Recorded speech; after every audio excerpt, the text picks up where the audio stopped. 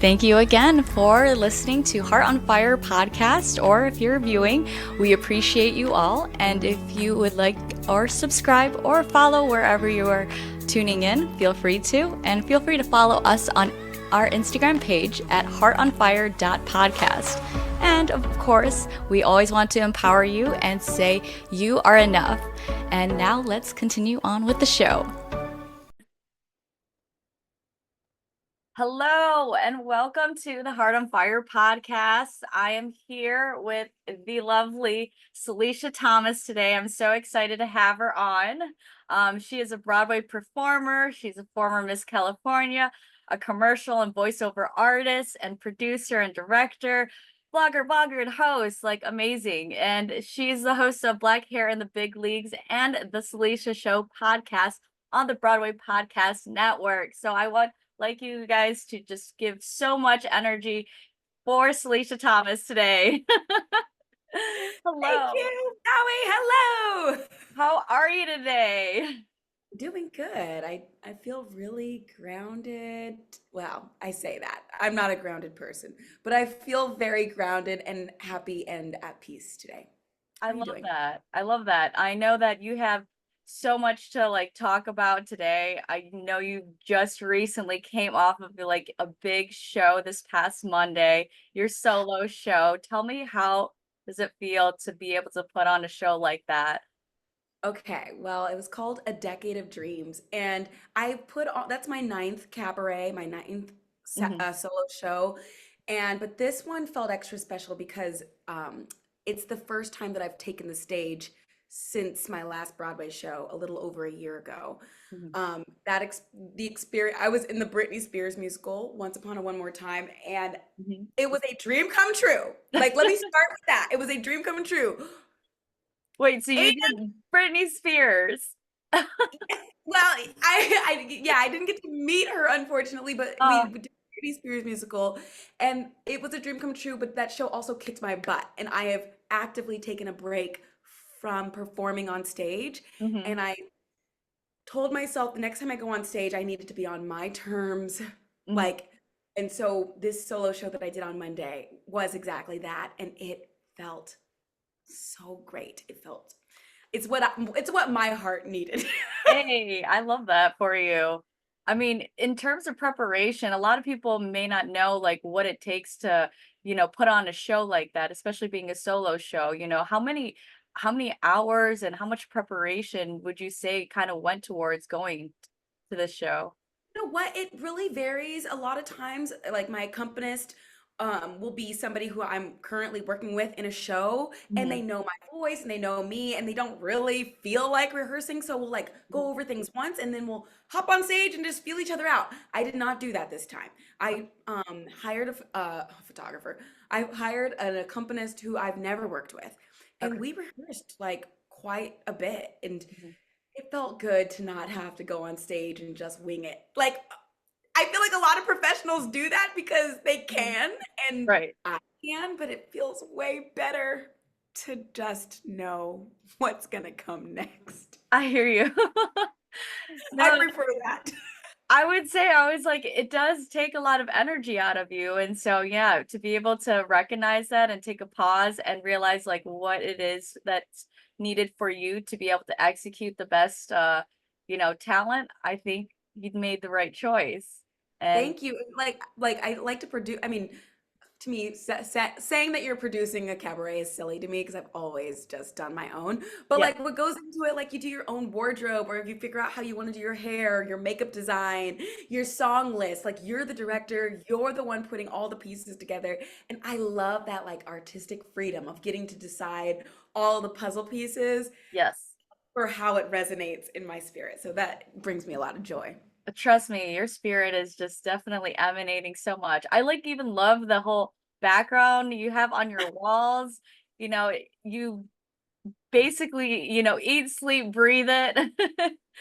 I have Audra McDonald up there. She's from my hometown, Fresno, California. Like She has 6 Tony Awards. She's like the dream of Broadway, like just people, things that inspire me. You can't see my Wicked playbill, but it's the first Broadway show that I ever saw ever when I was 13 years old, before I knew playbills were like cool. And I went Oh, back and found it, and so it's like all jacked up, but it's so special to me. so what gravitated you towards like being a theater or a Broadway performer? What being that Wicked was like your first stage play, what drawn you so much to it? Well, okay, so I had no idea what to expect when I first saw Wicked, which is so funny because we're talking about this the movie. I cannot wait for the movie to come The out, and movie is going to be coming out, yes. it's coming out next month. I cannot wait. I'm like, was not even planning on talking about Wicked today, but it is the first Broadway show I saw. I was on a field trip on the eighth grade from California out Okay. to New York City, and I was like, Broadway, like what's Broadway? Like I did school plays, but when I got off of the tour bus, like we were dropped off in Times Square, and we walked over to the Gershwin where Wicked was playing, like Mhm. my whole soul, Maui, my whole soul came alive. I'm like, what is this feeling so sudden and new? Like it felt amazing sitting in that audience. I'm like, wait, these people are doing this for a living? Yes. You can do plays for a living? Like I just didn't know. I just thought school plays were just like a hobby in high school, junior high, Just a whatever. Like, thing to do. Yeah. yes. And it was so incredible.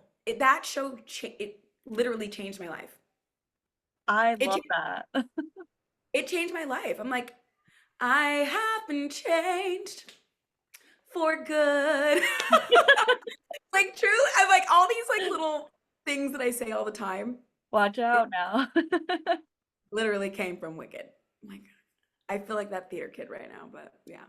So it's that impetus that kept you going, and clearly you have a beautiful voice, and I know that if you are able to give like a slight sample of like your vocal acrobatics, would you be okay for that?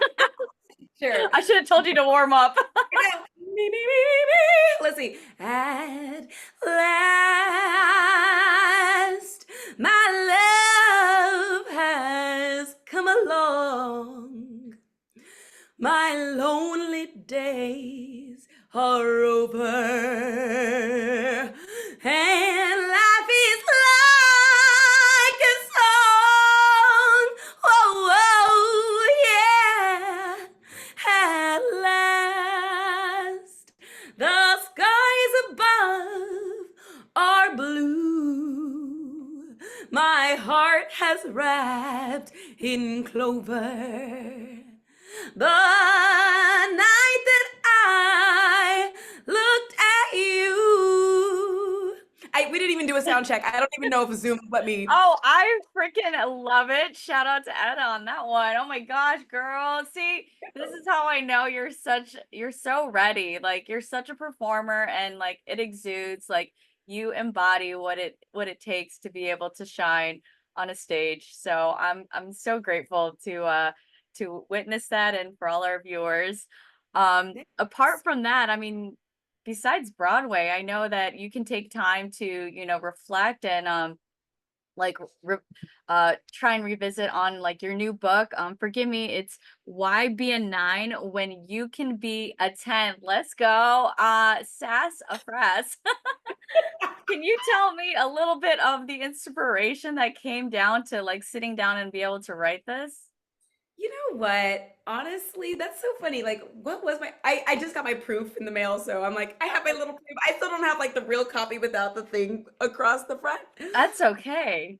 I've always gravitated towards self-help books. Always. Mhm. You Are a Badass by Jen Sincero, Big Magic by Elizabeth Gilbert. Like these books that make you feel like you can do anything and you have all the tools within you already. Right. Like just follow the clues and be your best self. Like those books are page turners to me. I've Yes. always wanted to write my own version of that.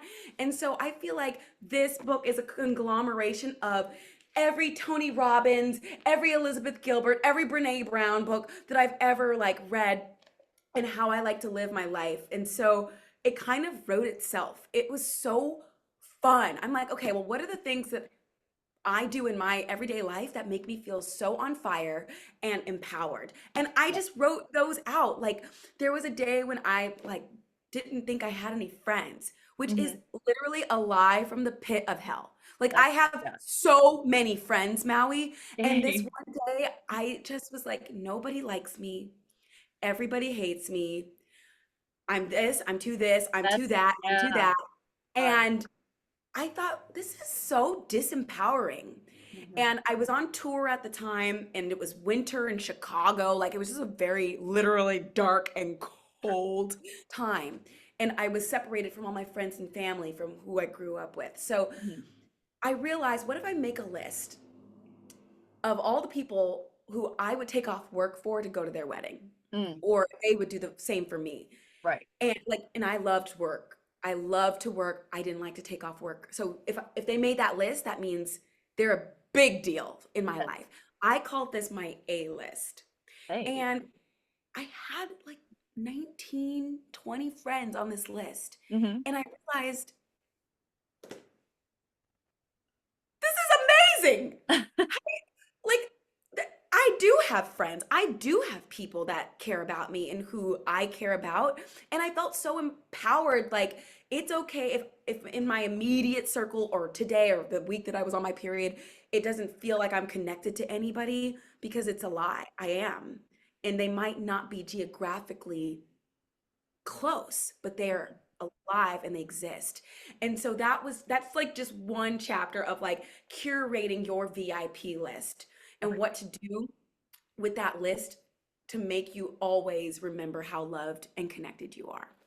I Like love that's just that. one of the things, but there's so many different like so many different things on here, like how to get what you want, um Some you quick versus takeaways.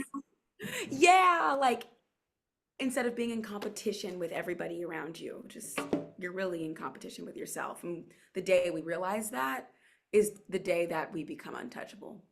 Hey, no, that's very profound for you to acknowledge that. It goes to show, like sometimes people underestimate the power that's within them.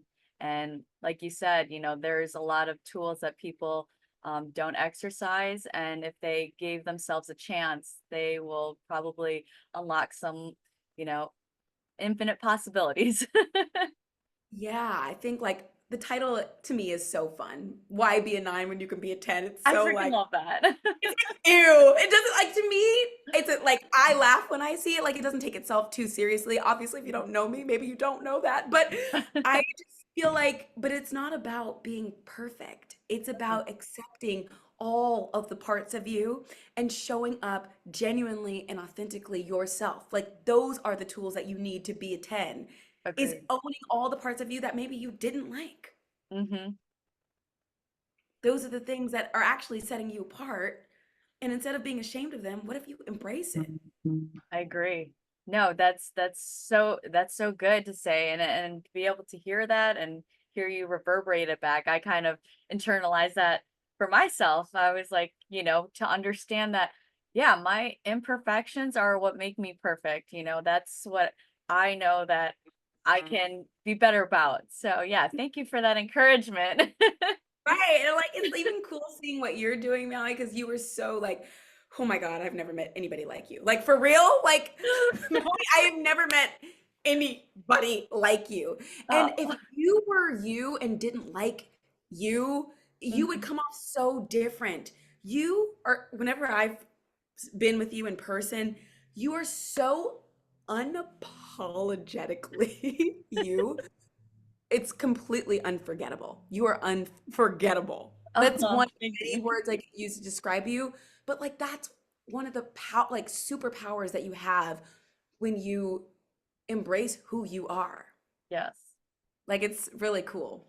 Oh my gosh. I think the times that we do find ourselves, it was just like from one conference, and then all of a sudden we're in another state and we're at another meetup, and it's just like, we keep on like seeing each other. And I just knew that I was like, there's something that's drawing us together to be able to interact. So I'm like so grateful that I get to like sit down and, explore a little bit more about you. Um, I know that, you know, your pivot year has been something that is awakening for you. And I know that there's probably a little bit more levels to that. You can probably explain about what you had learned through the process and what you are anticipating for the future. Yeah. So I've always made my living being an actress. Hmm. That's how I've always been employed and how I've like paid the bills is being an actress, which is such a gift to say. So I have to remember the how much I prayed for that Hmm. and how God answered that prayer. Yes. Because it's easy to take things for granted when you forget this is an answered prayer. You're living an answered prayer. Right. The pandemic came, Broadway went away. Like there was no, oh, well, I can apply over here or I can apply over there. No, like I live in New York City. My show does not exist, but not just my show. All the shows here on Broadway were all shut down, Hmm. forcing me and all of my peers to like not do the thing that we love. So Hmm. during that time, it's like, well, what are we doing? We're just, well, what do? We just sit here and watch TV. We just twiddle our thumbs. And for a while, it was that until it was like unbearable to just do that. And so I found all these other outlets. Like I started my podcast. I was Yes. writing my blog, and I started like finding comfort in talking to people on the record one on one, which can be so scary Hmm. to like call up your friends and be like, "Can we do a thing?" Like, why? Why? Like for what? Right. Like it could be scary. But I began to like really look forward to it. And since then, Broadway has come back, performance opportunities have come back, but like I had my whole setup for a podcast, and so I used that to transition into voiceover. Hmm. And um, how do I say this? Because I always wanted to be so clear that I am so grateful to get to perform on stage. Like I am so grateful for that. Yes. But in the last show I did, when I tell you I got my butt kicked, like I think being away for so long during the pandemic, I think I had like over a year and a half off, 2 years off maybe, Hmm. before my show came back. That gave me an opportunity to like reshift my perspective on things. Hmm. Like before the pandemic, I'm like 8 shows a week. Yeah, that's the norm. Hmm. Having one day off a week, that's normal. Right. Having 4 days off a year, that's normal. Having a 1 week vacation every 6 months, yeah, that's normal. That's not normal. That is not normal. Like, Why? what? How are you supposed to live, have a life with that kind of schedule? That don't make no Totally. sense. When am I supposed to get knocked up by my husband? When am I supposed to visit my family and go on vacation? Like, how does that fit into this 8 shows a week live and in person on Broadway? It don't. So Mm. I'm like, let me prioritize my things that make sense for the life I want to live while being grateful for the life I got to live in my 20s. How can I set up my 30s to where I can get fat whenever I feel like and Amen. okay? And be happy. When I was on Broadway, it's like same costumes every day. Hmm. I gained a pound, I could feel it. I didn't need a scale. If I lost a pound, I'm like, ooh, she's loose. Like, and if you gain too much weight, you get a little note that says you got this much time to lose this much weight. Good luck. Like, Sweet. that's great. Love that. I'm done. So that's this pivot year has been leaning into voiceover, learning how to pay my bills with other things other than what I know, like being an actress. I know I can be an actress, but Mhm. can I make an income doing other things that I love? That's what this year has been about. I've Yes. talked too much. Sorry. No, this is your story and your testimony, and obviously there's so much parts to unravel and to be able to, take a step back and realize, like, as much as you love, acting, like there are other elements that you can use your acting in other forms like voiceovers. Um I would say, what was it like maybe your first opportunity where you did your voiceover and you're like, oh my gosh, like I could do this. Like, what was Yeah, the and light? I actually don't even remember what job it was. Maybe yeah, it was like Nintendo or something. I did it. It took me like 2 hours to record in my own at-home studio. Hmm. I actually used my friends because I was in California at the time. Right. But basically, like I didn't have to go into a thing and meet a bunch of, nope, I was in the comfort of my own space. Hmm. And it took 2 hours. And I remember like coming back to New York, grinding, doing a theater project, and getting a check in the mail that I was not expecting Mm. that was more than the project that had been doing for 3 months. Hmm. I said, this one over here is blood, sweat, and tears. 8 shows a week. I don't have a life. I am working very hard for 3 months for that one project. And this took 2 hours in my pajamas. Right. What? I Like chose the wrong career. Mama. I think that was like the first opportunity where I was like, this is possible? Like, I didn't even know it was possible. I've only known work as hard as you possibly can to make just enough to get by. That's all right. I'd ever. I hear you. And I obviously I'm biased, but I think being a theater performer, especially on Broadway, it's Hmm. like the Olympics of theater. Yeah. But if you compare like a Broadway performer to a TV performer, one is working like, but the Hollywood, they make like so much and it's so much, it is glamorous. Broadway is not glamorous. It is Hmm. not glamorous. It's other things, but it's not glamorous. So Hmm. just like knowing that these things exist, it doesn't make one better or worse than the other. It's Hmm. just where are you right now in your life and what does your soul need? Hmm. Like that's yeah. No, trust. It's two different worlds, like you can, cut, let's repeat that back on stage, but like when you're on the Broadway stage, it's like whatever goes is going and you got to work with it and you got to be ready for anything. You're just having it's like almost improv at any moment, even though everybody knows their lines or scripts, but like sometimes some things Yeah, happen and you just I got to have be ready on the forgotten fly.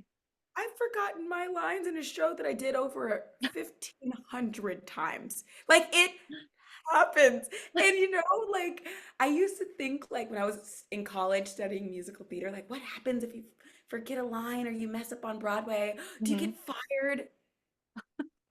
No, opposite. At least in my experience. Okay. Instead of getting in trouble, all of my coworkers would laugh at the person forgetting or messing up. They would run to the wings, Yes.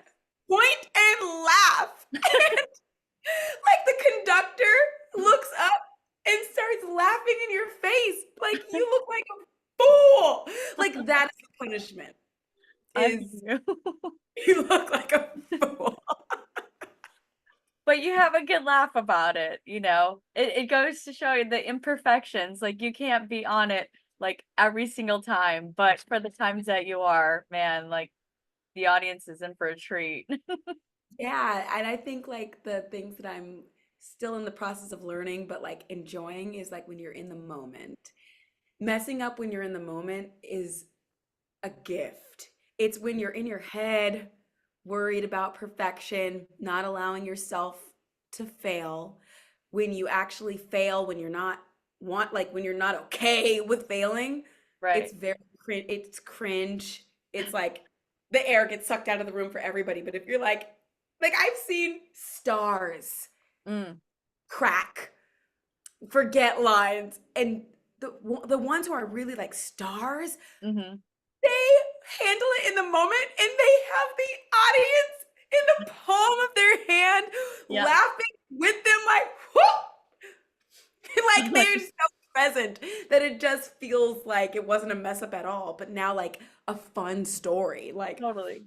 um, That's No, like and it. then that and you get to witness that and see how they get to like pivot back onto the right track, and that's so human of them, and it's just so authentic for them to bring to the stage, and then to be able to create an even larger than life performance, and you get to Yeah. witness it on a different front. That's the true magic that I think that the theater gets to bring to life. Yeah, I agree. I agree. A And very special magical place. so, apart from that, I mean, to be able to go through all this, strenuous performing and all this rehearsing, to have a support group in your life, more importantly, a supportive partner in your life. Um, can you tell me a little bit about this lovely man that you call your husband? Yes, his name is Andrew Weiss, Yes. and we met at Podfest, Yes. which, like in the pandemic when it was on Zoom, like I was a Hmm. speaker, and he just logged on just in time to be like, "That was great, thank you so much. Next up, we've got," like literally we shared a screen for less than 2 minutes, and before I met him, I had dated a lot. I had kissed a lot of frogs, and how do I say, like my spirit had a red light. I had a red light in my spirit for every single man. Like I don't know if this is TMI for here, but I Mm, saved myself for my husband. And it's not that I never had the opportunities mhm, before I did, but I never felt like this was my person. That's not my person. And then when I met Andrew, I'm like, oh, there he is. I mm, just knew. Like I had a green light in my spirit from the very beginning. And I think there's only been 2 days since the day we met that we have not talked. Like it is just like I didn't even know you could really meet a best friend mm. 3 decades in Yeah. life. Like who has room and time for more friends? And then you meet them and you're like, there you are. I've known you. My soul has known you from God knows where. Mhm. Another life, many lives, who knows? And I was always really good at being single, and now that he's been in my life, it feels like I would be naked without him. Mm. He's just my best friend. We do so much together, but we're also really good at doing our own thing too. Yes. And um, I live in a studio in New York City, and it's my like this is my space. Like it's always been like my space. And when it was time for us to merge our things and like start a life together, it felt right. I would never guess in a million years that I would want to clear my things out of the closet to make space for somebody else. Girl, I was throwing my stuff in the trash. I was like, is this enough space? Do you need more space? Like, I love him so much. And he's so goofy but he has met his match and I have met mine. I don't think he's ever met somebody who has challenged him so much. And I Yes. have not met anybody who like keeps me this like I don't know if entertained is the word, but like I never get bored with him and I get bored so fast. I get Ah. bored fast. He like But not keeps with you him. on your toes. He keeps me on my toes. Ugh. I freaking love that. No, it's so cool, and I just know that with you guys like meeting through Podfest, it just goes to show like how like the podcast family has, branched itself into, you know, everybody's lives. I actually met you guys, through Podfest. And so Yeah. I'm grateful to be able to be a part to a certain part of your story, not your love story, but nevertheless, What? yeah. Yeah, we're connected. Like that's literally how The we love met. cam. Yeah, I love that. And like Andrew, like he loves love so much. Like I just never guessed that I would meet somebody who like loves love. Like Mm. we like to match up our friends. Okay, have you ever seen Love is Blind? Um, I have seen like the first season, like the first of all of them. Yes. Yes. Okay. So we started our own virtual Love is Blind because we met on Zoom and we Hmm. love Love is Blind. So we have like Love is Blind like the Zoom edition, like Love is Blind virtual, and we got five of our guy friends and five of our girlfriends, and we put them on Zoom. No photos, Mhm. because some of my friends, like, you can Google them. I'm like, no photos, no names. We changed their names, and then That's we introduced them all and like gassed them up. And then we asked them questions, and then we allowed them to ask each other questions. mhm. And if they like somebody, they tell us privately who their number one was and their honorable mention. And if the other person named them as well, we Right. put them in a group chat. Ah, And some of our friends have started dating because of this. no It's like so fun. kidding. It's Matchmakers. it was Andrew's idea. Like, it is so fun. It's so fun. That is so cute. So you guys clearly have like ways to interact with each other that you get to create something, and that's I think really iconic in a relationship to be able to build something, together and then be able to enjoy the memories that come with these creations. So I'm Yes. so Like, happy to hear that. it is so fun. And like, I have a naturally flirty personality, and I Mhm. don't like, I'm not flirting. It's just that's just like, I You're make eye contact vibrant. and You're smile. Like, very, yeah. yes, like Disney taught me, make eye contact and smile, but a lot of men take that as like I'm interested in them and I'm Mhm. not. I'm like, y'all, I'm very married. Like, I'm like really booed up. But having a platform where we like match our friends, if Yes. a hot guy comes up to me and wants my number, it before it'd be like, I'm married, how do I handle this? I don't know what to do. And now it's like, if he's hot, I'll be like, you're hot.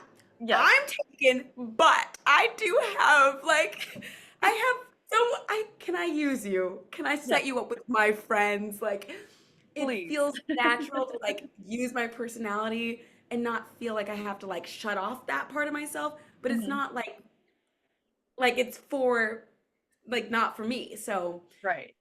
it feels good. I'm like No, it's grateful. it's so it's so cool to be able to tap into that creative side and to be able to, allow, people to explore something to the unknown and something that allows people to kind of go into the unknown, at least taps into a side of them that, they didn't know if you didn't bring it to them. So that's incredible. Yeah, thank you. It's fun. You're welcome. You're welcome. Wow. So, so grateful again for all your sharing today and your life experiences. It's been such a whirlwind because it feels like you came on and then now we're closing off. But I want our viewers to be able to get in contact with you. How can they be able to follow your journey? Thank you so much, Maui. They can follow me on Instagram at The Salisha Show. And my website is thesalishashow.com. That's S to the A to the L to the, I'm just kidding. SALISHA, The Salisha Show. All my information is on there for my book and the course that I'm coming out with and my podcasts and all of the things. So that's it. Yes, we're definitely gonna have to follow you on your podcast. So be sure to follow her at her social media links.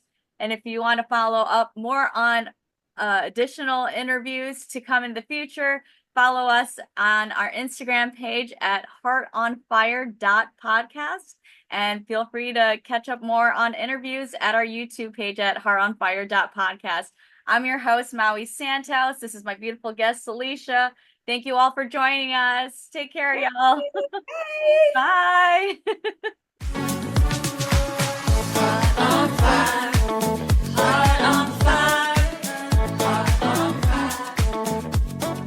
Yeah. She done, son. She been done. She done did it.